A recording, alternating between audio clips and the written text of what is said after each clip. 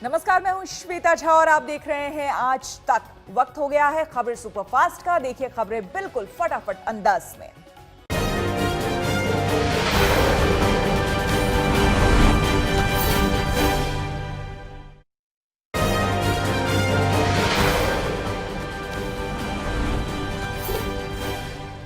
Sushant Singh Rajput case में आरोपी number 1 रिया चक्रवर्ती से आज फिर पूछताछ होगी। एनसीबी ने उन्हें समन देकर सुबह पूछताछ के लिए दफ्तर बुलाया है।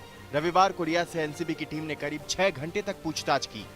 रिया तय वक्त से 1 घंटे देर से 12 बजे एनसीबी दफ्तर पहुंची थी। कम वक्त मिलने की वजह से पूछताछ पूरी नहीं हो पाई थी। आज पूछताछ का दूसरा राउंड होगा। कल सीबीआई ने रिया से ड्रग्स की खरीद फरोख्त, सुशांत को ड्रग्स देने और ड्रग्स पैडलर से उनकी जान पहचान से जुड़े सवाल किए। ज्यादातर सवालों के रिया ने गोलमोल जवाब दिए। एनसीबी के ड्रग के कुछ सवालों में रिया बुरी तरह से फंसती दिखी।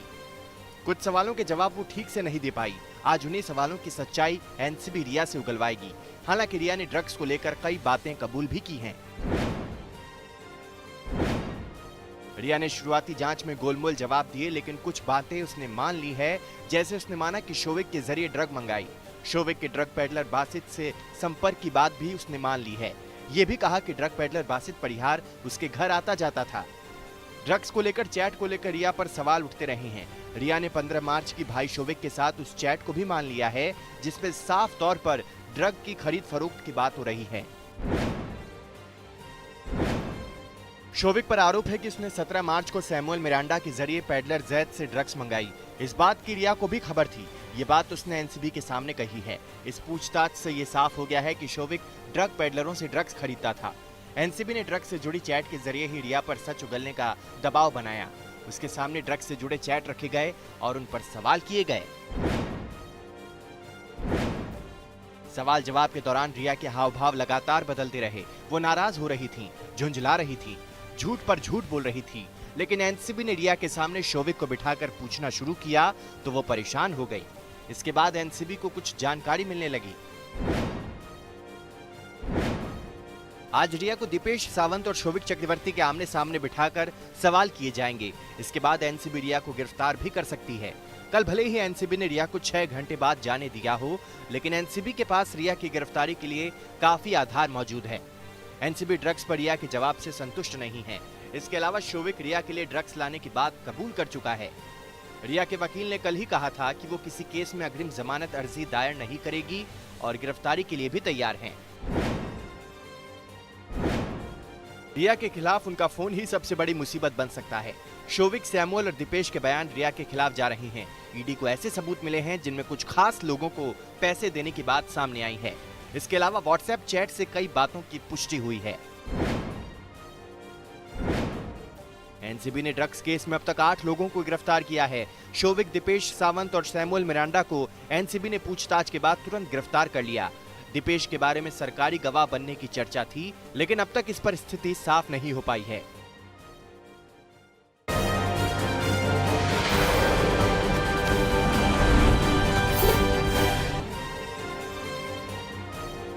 एम्स के 3 डॉक्टरों की टीम ने सुशांत की बॉडी का पोस्टमार्टम करने वाले डॉक्टरों से पूछताछ की है। इस पूछताछ में एम्स के डॉक्टरों ने सुशांत की गर्दन पर मौजूद जख्म के निशान को लेकर सवाल उठाए हैं। रिपोर्ट के मुताबिक सुशांत के गले में मौजूद जख्म के निशान उसके गले के बीच में हैं और सीधी रेखा की तरह दिखाई देते हैं, जबकि सुसाइड के मामले में ये जख्म गर्दन के एकदम ऊपर होते हैं और ये निशान तिरछे होते हैं और खरोंच की तरह दिखते हैं। एम्स के डॉक्टरों की टीम ने कूपर अस्पताल में पोस्टमार्टम करने वाली टीम से भी पूछताछ की है।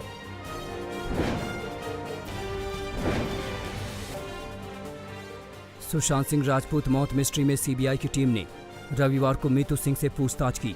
सीबीआई ने टैलेंट मैनेजर जया साहा और सुशांत के पूर्व बिजनेस मैनेजर श्रुति मोदी को भी डीआरडीओ गेस्ट हाउस तलब किया।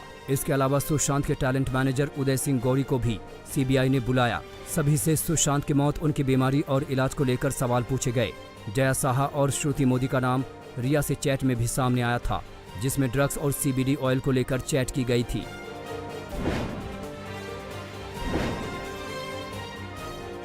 इस बीच संदीप सिंह और सुशांत के बीच चैट सामने आए हैं, जो 2 साल पुराने हैं, जब सुशांत फिल्म केदारनाथ की शूटिंग कर रहे थे।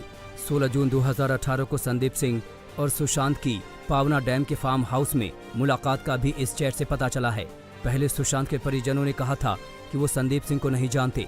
वहीं संदीप सिंह और सुशांत की बहन मीतू सिंह के बीच भी चैट सामने आए हैं जो सुशांत की मौत के बाद के हैं। इसमें मीतू सिंह संदीप से डेथ सर्टिफिकेट के बारे में पूछ रही हैं। इस बातचीत में संदीप सिंह इस केस में अपना नाम घसीटने और अपने परिवार की हालत के बारे में बात कर रहा है। एनसीबी ने ड्रग्स पेडलर कैजान इब्राहिम से पूछताछ के आधार पर मुंबई में छापा मारकर ड्रग्स की खेप बरामद की है। कैजान को एनसीबी ने गिरफ्तार किया था, जिसे बाद में उसे जमानत पर छोड़ दिया गया। एनसीबी ने बताया कि ड्रग्स के साथ 1,85,000 रुपए और विदेशी करेंसी बरामद की गई है। अनुज नाम के शख्स को पूछताछ के लिए हिरासत में लिया गया है। सुशांत डेथ केस के ड्रग कनेक्शन में कैजान के अलावा अब तक अब्दुल बासित, जैद विलात्रा, शोविक चक्रवर्ती, सैमुअल मिरांडा और अब्बास लखानी की गिरफ्तारी हो चुकी है।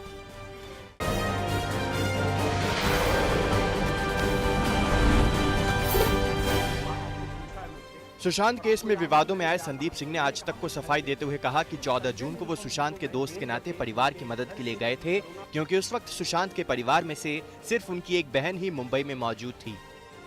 सुशांत के परिवार के ये कहने पर कि वो सुशांत को नहीं जानते, संदीप सिंह ने कहा कि वो सुशांत के परिवार से कभी नहीं मिले थे, इसलिए परिवार की बात जायज है, लेकिन सुशांत के साथ उनके करीबी रिश्ते थे। मैं अपने करियर का, अपने इमेज का उस समय नहीं सोच सकता था। मिस्टर संदीप, फैमिली ने भी सवाल खड़े कर दिए तो मुझे ये नहीं पता था कि ये बातें सवाल खड़ी कर देंगी। नहीं जानते थे, हम नहीं जानते ये कौन है, और इसी वजह से तो सीबीआई ने जाकर फिर आपसे भी तफ्तीश की है। कोई आधार है? सही बोला भाई, मैं भी नहीं जानता था, वो भी नहीं जानते थे। हाँ, मैं गंभीरता आप लोगों ने बनाया है अंजना जी। सही बात है, एक एक्टर जो बॉम्बे में रहता है, ऐसा कभी कोई फंक्शन या बर्थडे या वेडिंग एनिवर्सरी ऐसा कुछ शादी नहीं हुआ जो फंक्शन जहां पे पूरी फैमिली आई हो या सुशांत ने इंट्रोड्यूस कराया हो। एज अ जर्नलिस्ट भी 10 साल या एज अ प्रोड्यूसर मैंने इतने लोगों के साथ काम किया, लेकिन जरूरी नहीं कि हम उनके माँ बाप भाई बहन सबको जाने, अनलेस कि वो भी एक स्टार हो। हम नहीं जानते सबको, लेकिन अगर एक ऐसा हादसा हो गया जहां हम पहुंचे और पहला एक इंसान, एक लेडी, एक औरत घर में दिख जाए अकेली, तो बट ऑब्वियस किसी दोस्त का फर्ज बनता है, जो महेश शेट्टी और मैंने मदद किया। संदीप सिंह ने सुशांत के साथ दोस्ती के सबूत के तौर पर सुशांत के साथ चैट के रिकॉर्ड सामने रखे और कहा कि इससे कोई फर्क नहीं पड़ता कि 1 साल से सुशांत के साथ उनकी बात नहीं हुई थी। संदीप ने कहा कि सुशांत छिछोरे और अपनी दूसरी फिल्मों में बिजी थे, जबकि वो पीएम मोदी को लेकर फिल्में लगे थे, इसलिए बात नहीं हो पाई, लेकिन इससे दोस्ती पर कोई फर्क नहीं पड़ता। तो ये तो मेरा दोस्त 2011 से था। अगर 1 साल हमारे बीच में अगर वो छिछोरे और ड्राइव में बिजी था और मैं पीएम नरेंद्र मोदी बनाने में और उसके कंट्रोवर्सी में और अपनी नेक्स्ट फिल्म में बिजी हो गया, तो क्या गुनाह हो गया अगर हम 1 साल बात नहीं कर पाए। संदीप सिंह ने 14 जून को एम्बुलेंस ड्राइवर से फोन पर बातचीत को लेकर सफाई देते हुए कहा कि मुंबई पुलिस ने पेमेंट के लिए ड्राइवर को मेरा नंबर दिया था, पहले उसी का फोन आया।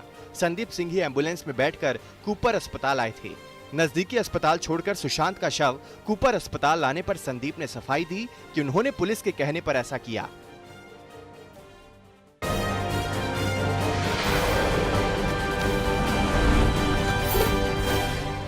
सुशांत की बहन श्वेता कीर्ति ने सुशांत सिंह के बचपन की एक तस्वीर आज पोस्ट की। इसमें राखी बांधने के बाद श्वेता भाई को मिठाई खिलाती दिख रही हैं। श्वेता कीर्ति के ट्वीट में उनका दर्द छलका। उन्होंने लिखा, हमने एक दूसरे की सुरक्षा का वादा किया था, लेकिन इसे निभा न सके। मैं फेल हो गई भाई। श्वेता कीर्ति ने यह भी लिखा कि सुशांत कभी खुदकुशी नहीं कर सकते। श्वेता कीर्ति ने सुशांत को एक प्यारे बच्चे की तरह बताया। लिखा, उसे प्यार के नाम पर सिर्फ इतना चाहिए था कि कोई इसके सिर पर प्यार से हाथ फेर दे, प्यार से बात कर ले, बस। अपने ट्वीट में श्वेता कीर्ति ने सुशांत की मौत का सच सामने लाने का वादा किया और कहा कि इससे कम कुछ भी मंजूर नहीं होगा। ड्रग एंगल की अनदेखी करने पर मुंबई पुलिस की आलोचना हो रही है। बीजेपी नेता किरीट सोमैया ने ट्वीट किया कि एनसीबी और सीबीआई ड्रग से जुड़े सारे सच सामने ला रही है। मुंबई पुलिस भी इसका खुलासा कर सकती थी। आखिर किसके इशारे पर मुंबई पुलिस ने इसकी अनदेखी की?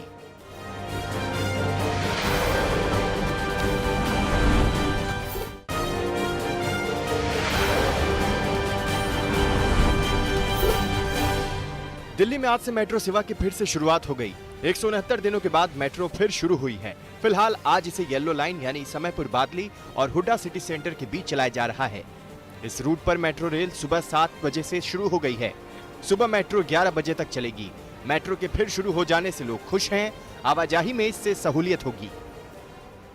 लगभग 6 महीने के वक्त के बाद एक बार फिर दिल्ली की लाइफलाइन कहे जाने वाली दिल्ली मेट्रो आज एक बार फिर से पटरी पर दौड़ना शुरू हो गई है। सुबह से ही जो पैसेंजर्स हैं वो यहाँ पहुँचना शुरू हो गए हैं, जो कि पिछले काफ़ी वक्त से अनलॉक जब से शुरू हुआ उसके बाद से लोगों को काफ़ी परेशानी का सामना जो है वो करना पड़ा था ट्रैवलिंग को लेकर के, लेकिन अब मेट्रो जो है वो शुरू हो गई है। इसमें डेफिनेटली बहुत राहत मिला है, पर वही है कि हर रूट में अभी तो नहीं चल रहा है। Will come to know in the days after this कि सारे रूट्स में चलेगा कि नहीं, तो उसके बाद तो definitely it makes a huge difference. Because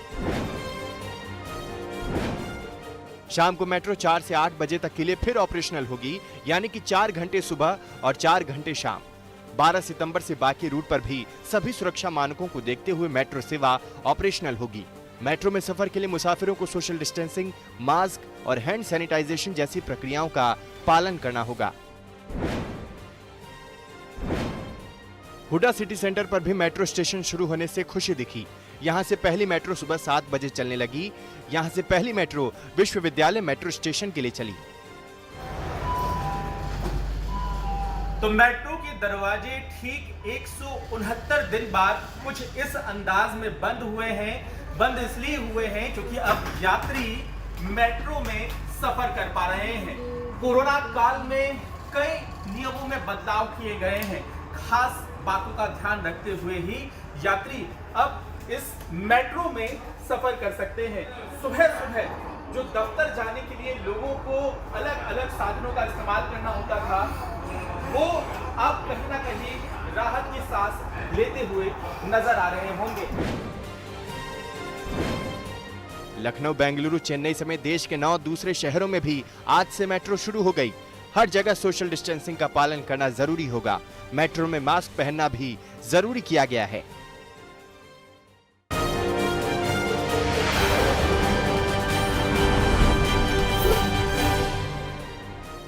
देश में कोरोना फुल स्पीड से आगे बढ़ रहा है। बीते 24 घंटे में देश में कोरोना के 90,000 से ज्यादा नए मामले सामने आए हैं। इसके साथ ही देश में कोरोना का आंकड़ा 41 लाख के पार जा चुका है। देश में कोरोना से अब तक 70,000 से ज्यादा मरीजों की मौत हो चुकी है। हालांकि राहत की बात यह है कि 31 लाख से ज्यादा मरीज कोरोना को मात दे चुके हैं, जबकि देश में 8,62,000 के करीब एक्टिव केस हैं।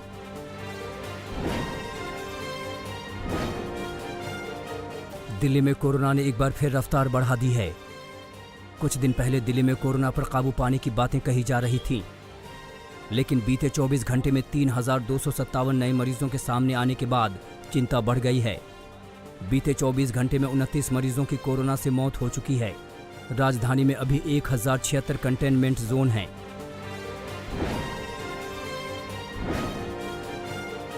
बॉलीवुड एक्टर अर्जुन कपूर कोरोना संक्रमित पाए गए हैं। उन्होंने इंस्टाग्राम पर इसकी जानकारी फैंस से साझा की है और होम क्वारंटीन पर हैं। उनकी गर्लफ्रेंड मलाइका अरोड़ा भी कोरोना संक्रमित हो गई हैं। उन्हें कोरोना के लक्षण नहीं हैं, वो भी अर्जुन कपूर की तरह होम क्वारंटीन हैं।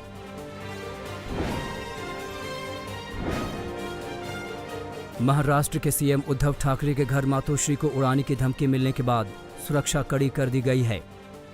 रविवार को लैंडलाइन फोन पर किसी ने खुद को दाऊद का आदमी बताते हुए फोन किया और कहा कि वो मुख्यमंत्री उद्धव ठाकरे से बात करना चाहता है। मुंबई पुलिस ने इस मामले की जांच शुरू कर दी है। एक सीनियर ऑफिसर ने कहा कि हम पता लगाने की कोशिश कर रहे हैं कि फोन दुबई से किया गया था या कहीं और से।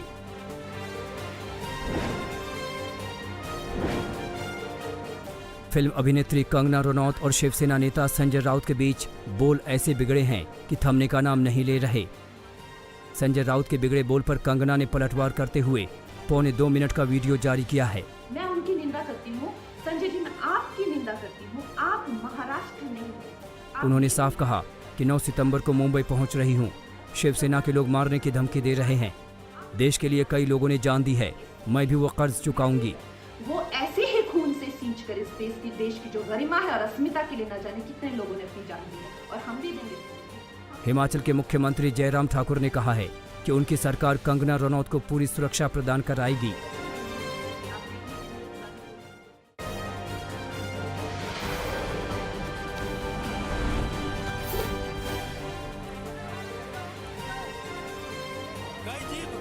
राजस्थान के सिरोही जिले के आबू रोड के नजदीक डेरी इलाके में सैलाब का कहर कई लोगों की जिंदगी पर भारी पड़ता दिखाई दिया। यहाँ सवारियों से भरी एक जीप ने बरसाती नाले की पुलिया को पार करने की कोशिश की, लेकिन संतुलन ऐसा बिगड़ा कि गाड़ी सीधे नाले में जा गिरी। गनीमत ये रही कि जीप के नाले में गिरने के बाद वहां मौजूद लोगों ने हिम्मत दिखाते हुए सभी को बचा लिया और एक बड़ी अनहोनी टल गई। जीप में महिलाओं और बच्चों सहित 12 से 15 लोग सवार थे।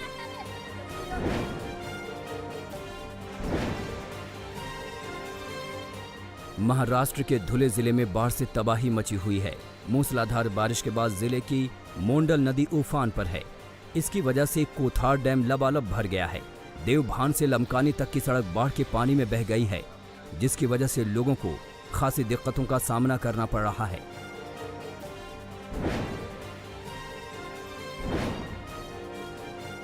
हिमाचल प्रदेश के कांगड़ा जिले में भारी बारिश के चलते एक मकान और काऊ शेड जमींदोज हो गया, जिसमें 18 साल की एक लड़की की मलबे में दबकर मौत हो गई।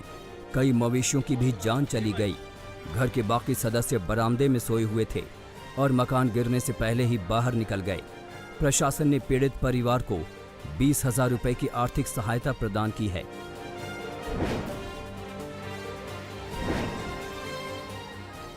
गुजरात के बनासकांठा में मूसलाधार बारिश का सिलसिला जारी है, जिसके चलते कई इलाकों में भारी जल जमाव होने से लोग परेशान हैं। अंबाजी इलाके में कई फुट पानी भर गया है।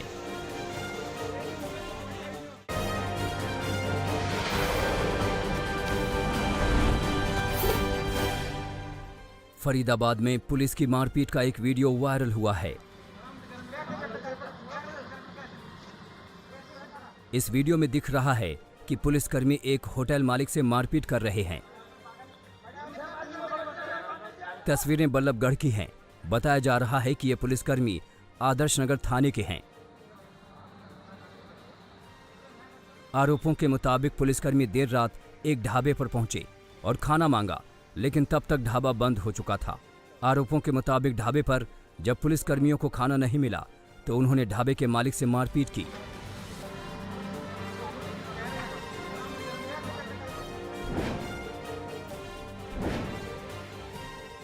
दिल्ली के आली विहार में खून से लथपथ युवक का शव मिलने से सनसनी मच गई। बताया जा रहा है कि 25 साल के युवक सनी दयाल को आरोपियों ने लूट के इरादे से निशाना बनाया। एक आरोपियों ने गे डेटिंग ऐप के जरिए सनी से संपर्क साधा था। आरोपियों के कहने पर ही संदीप आली विहार पहुंचा था, मगर वहां जब संदीप से लूटपाट शुरू हुई तो उसने विरोध किया और आरोपियों ने विरोध करने पर उसे मार डाला। पुलिस ने हत्या के दोनों आरोपियों को गिरफ्तार कर लिया है।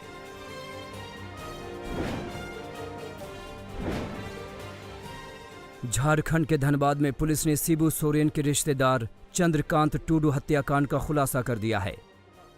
पुलिस के मुताबिक चंद्रकांत टूडू की हत्या उनकी पत्नी ने ही की थी। हत्या की वजह पत्नी का अवैध प्रेम प्रसंग बताया जा रहा है। आपको बता दें कि 25 अगस्त को चंद्रकांत टूडू की बेरहमी से हत्या हुई थी। अब पुलिस ने आरोपी पत्नी को गिरफ्तार कर लिया है।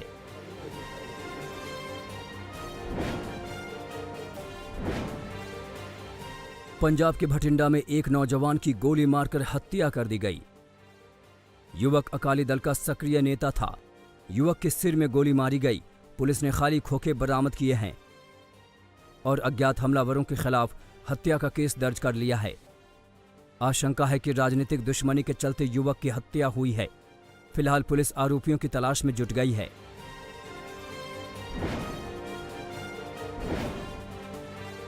कन्नौज में मामूली विवाद में एक 70 साल के बुजुर्ग की हत्या कर दी गई। बताया जा रहा है कि सदर कोतवाली क्षेत्र के गांव भाऊ खुर्द में बुजुर्ग के घर से एक मोबाइल फोन चोरी हुआ था। जिस शख्स पर मोबाइल चुराने का आरोप था, बुजुर्ग उसी घर में शिकायत करने गए थे, मगर दोनों पक्षों के बीच पहले बहस हुई और फिर मामला मारपीट में तब्दील हो गया। मारपीट में 70 साल के बुजुर्ग को सिर में चोट आई। उन्हें कानपुर के हैलट अस्पताल भेजा गया, जहां इलाज के दौरान उनकी मौत हो गई। पुलिस ने 4 आरोपियों को गिरफ्तार कर लिया है।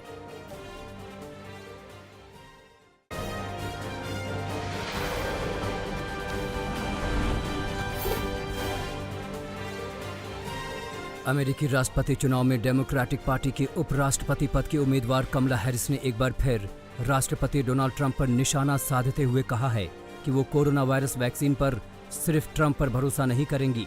एक इंटरव्यू में उन्होंने कहा कि जब वैक्सीन बनेगी तो वो किसी विश्वसनीय स्रोत पर भरोसा करेंगी, न कि सिर्फ ट्रंप पर।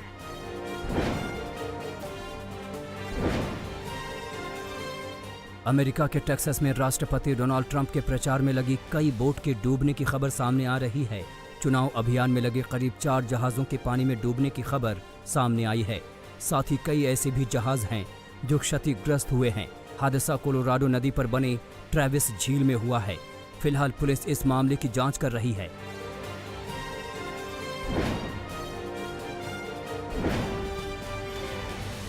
आतंकी ओसामा बिन लादेन की भतीजी नूर बिन लादेन ने एक बड़ा बयान दिया है।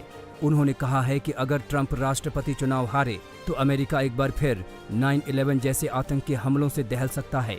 नूर के मुताबिक केवल डोनाल्ड ट्रंप ही अमेरिका को अगले 9/11 जैसे हमले से बचा सकते हैं।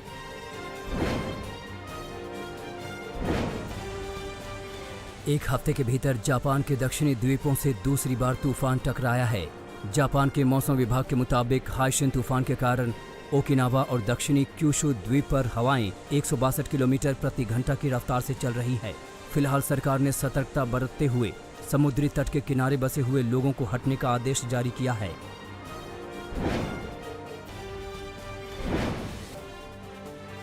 कैलिफोर्निया के जंगलों में दोबारा लगी आग ने लोगों को अपने घर छोड़ने पर मजबूर कर दिया है। आग और धुएं के कारण लोगों को काफी मुश्किलों का सामना करना पड़ रहा है। बता दें कि आग को बुझाने के लिए कई हेलीकॉप्टरों और पानी से भरी हवाई जहाज़ों को लगाया गया है।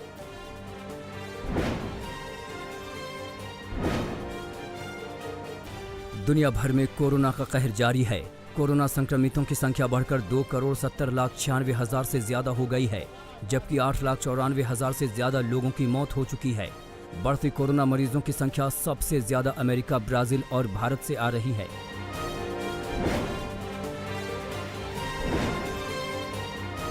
पाकिस्तान में एक महिला जर्नलिस्ट की गोली मारकर हत्या कर दी गई।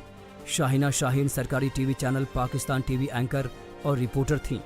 पुलिस के मुताबिक 2 हमलावरों ने उनके घर में घुसकर उनकी हत्या की। फिलहाल पुलिस मामले की जांच कर रही है।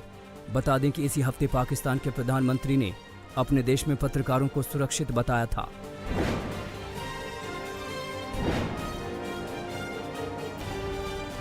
वर्ल्ड रैली चैंपियनशिप में जापान के टाकामोटो कत्सुता की उम्मीदें उस वक्त खत्म हो गई जब उनकी कार रेस के दौरान कई फीट दूर तक पलटती चली गई। कैमरे में कैद वीडियो में साफ देखा जा सकता है कि कैसे मोड़ पर कार से उनका कंट्रोल खत्म हुआ, जिसके बाद कार कई फीट तक पलटती चली गई। हालांकि अच्छी बात रही कि इस हादसे में दोनों रेसर्स बाल बाल बच गए।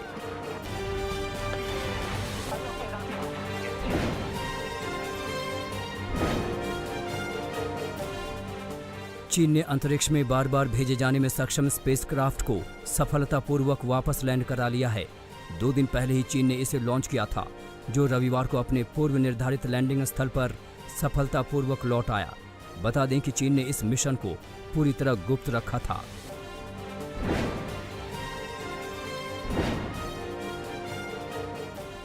शाकाहारी लोगों के एक समूह ने जानवरों के खिलाफ बढ़ रहे मामलों के लिए एक अलग पहल की है।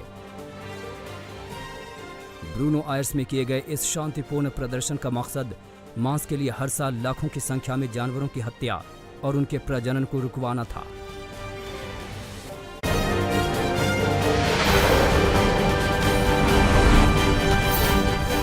नमस्कार, मैं हूं अंजना ओम कश्यप। हमें उम्मीद है ये वीडियो आपको पसंद आया होगा। लेटेस्ट खबरों के लिए यूं ही देखते रहिए आज तक, और इस वीडियो के पसंद आने पर लाइक, शेयर एंड सब्सक्राइब करना ना भूलें।